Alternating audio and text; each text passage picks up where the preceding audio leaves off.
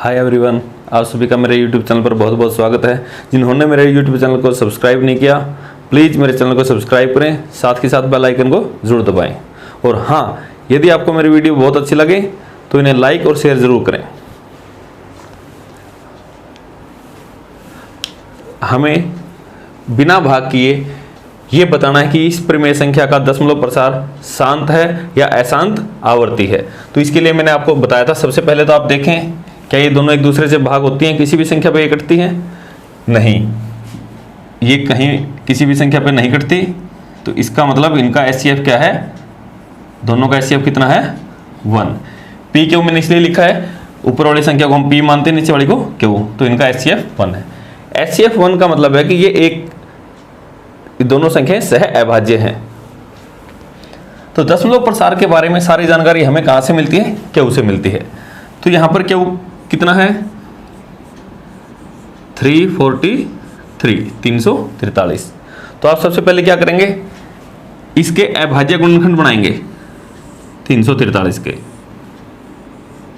क्योंकि इसके अभाज्य गुणनखंड बनाते हैं। सबसे पहले आप देखो, 2 से भाग नहीं जाती, 3 से 3 4 7 3 10, 3 से भी नहीं जाती, 5 से भी नहीं, 7 से जाएगी। 7 पे भाग करके देखो, 7 चौके 28, यहाँ पे क्या बच गया? 6, और वहाँ 3 है तो 63 हो गया। तो 7 में 63। फिर दोबारा कितने पे जाती है? 7 पे, 7 49। फिर दोबारा किस पे जाती है? 7 से। तो इस प्रकार से 343 के अगर मैं अभाज्य गुणनखंड लिखूं तो क्या बनेंगे? 7 गुणा 7 गुणा 7। अब देखें, इस संख्या के क्यू के अभाज्य गुणनखंडों में 2 और 5, मैंने आपको बताया था, यदि किसी के अभाज्य गुणनखंडों में 2 और 5 के अलावा कोई संख्या है तो उसका कैसा होगा? अशांत आवर्ती। तो इसलिए 29/343 का दशमलव प्रसार क्या है? अशांत आवर्ती। अशांत आवर्ती का मतलब क्या होता है? कि ये बार बार आगे रिपीट होगा। ऐसी कोई संख्या आएगी जो इसमें बार बार आएगी, अशांत आवर्ती है। सिर्फ यहां देखना है, यदि इसमें अभाज्य गुणनखंड 2 और 5 सिर्फ वो हैं तो शांत, अदरवाइज अशांत आवर्ती। यहां आपको इस परिमेय संख्या का दशमलव प्रसार बताना है। तो सबसे पहले आप क्या देखेंगे? ऊपर और नीचे क्या ये आपस में कहीं कटती है? नहीं, क्योंकि ये अभाज्य संख्या है तो किसी संख्या से नहीं कटेगी। तो और फिर ये देखें, यहां क्यू कितना है? 2 की शक्ति 3 गुणा 5 की शक्ति 2। अभाज्य गुणनखंड बनाने की आवश्यकता नहीं, पहले ही दे रखे हैं ये। और यदि अभाज्य गुणनखंडों में 2 और 5, या तो सिर्फ 2 या सिर्फ 5 या दोनों, अगर सिर्फ ये है तो इसका दशमलव प्रसार क्या होगा? 23/2 की शक्ति 3 गुणा 5 की शक्ति 2 का दशमलव प्रसार कैसा होगा? शांत होगा। शांत होगा,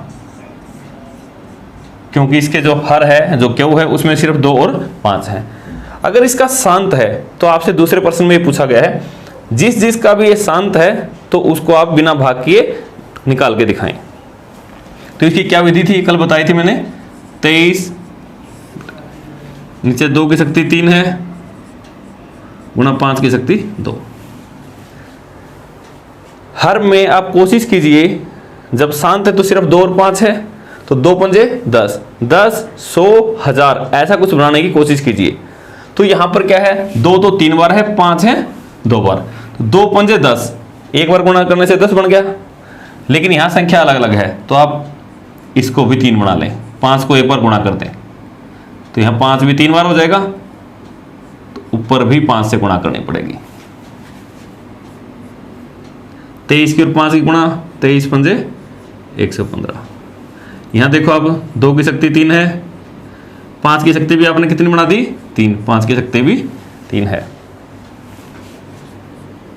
115, 2 पंजे 10, सारे की शक्ति 3। क्योंकि जो शक्तियां हैं, जो पावर है वो बराबर है, तो इसलिए नीचे की गुणा आप कर सकते हैं। क्या लिख सकते हैं अब इसको?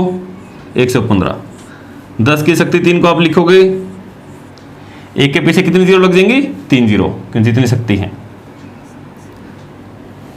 1000 से इसको भाग करेंगे, आपको पता है जब नीचे जीरो लग रही हैं तो उतने अंक ऊपर से छोड़ के दशमलव स्थान लगेगा। 115 कितनी जीरो हैं? 1 2 3, 3 जीरो है ना, तो 3 दशमलव स्थान, 1 2 3, तो यहाँ पर दशमलव लगेगा। इसके आगे आप क्या लिख सकते हो? 0। तो इस प्रकार से ये इसका दशमलव प्रसार आएगा। यहाँ आपको वास्तविक संख्याओं का दशमलव प्रसार दिया गया है और आपसे पूछा गया है कि दशमलव प्रसार को देखकर आप ये बताएं ये परिमेय संख्या है और या अपरिमेय संख्या है। और यदि परिमेय संख्या है तो इसका दशमलव प्रसार देख के आप ये बताएं कि अभाज्य गुणनखंड किस प्रकार के रहे होंगे, इसके हर में जो क्यू था उसमें कैसे रहे होंगे। तो आप सबसे पहले इसको देखें, 43.1 2 3 4 5 6 7 8 9, फिर इसके बाद आगे कुछ नहीं दे रखा है। इसका मतलब 9 दशमलव स्थान के बाद इसका आगे दशमलव प्रसार शांत हो गया, तो आगे नहीं जा रहा है। तो इसका दशमलव प्रसार कैसा है? शांत। अगर ये शांत दशमलव प्रसार है तो इसके हर में कैसी संख्या रही होंगी? जो इसके अभाज्य गुणनखंड है वो कैसे रहे होंगे? इसका मतलब हर के अभाज्य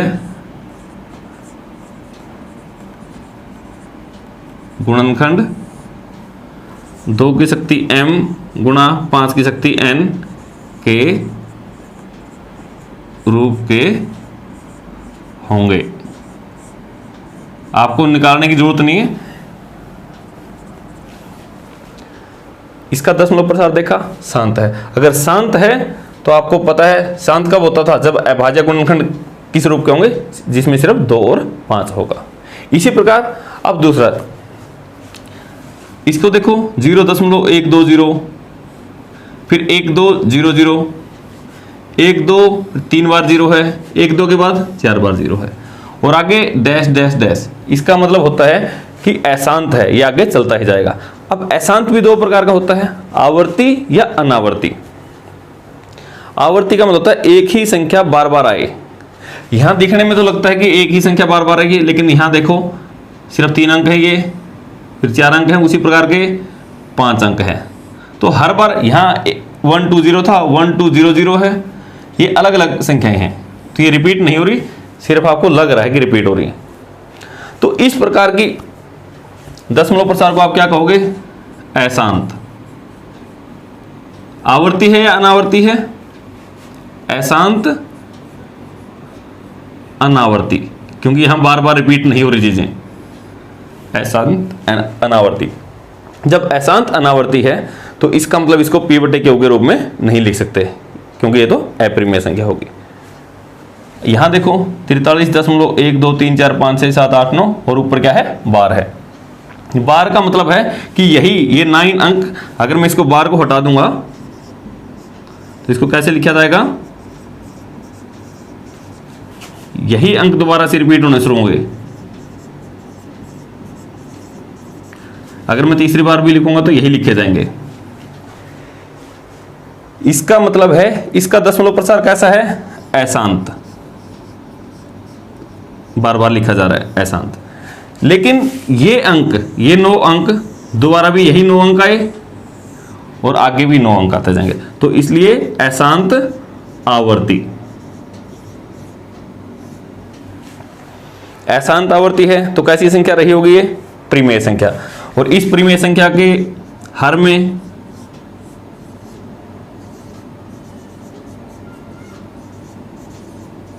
के रूप का नहीं होगा।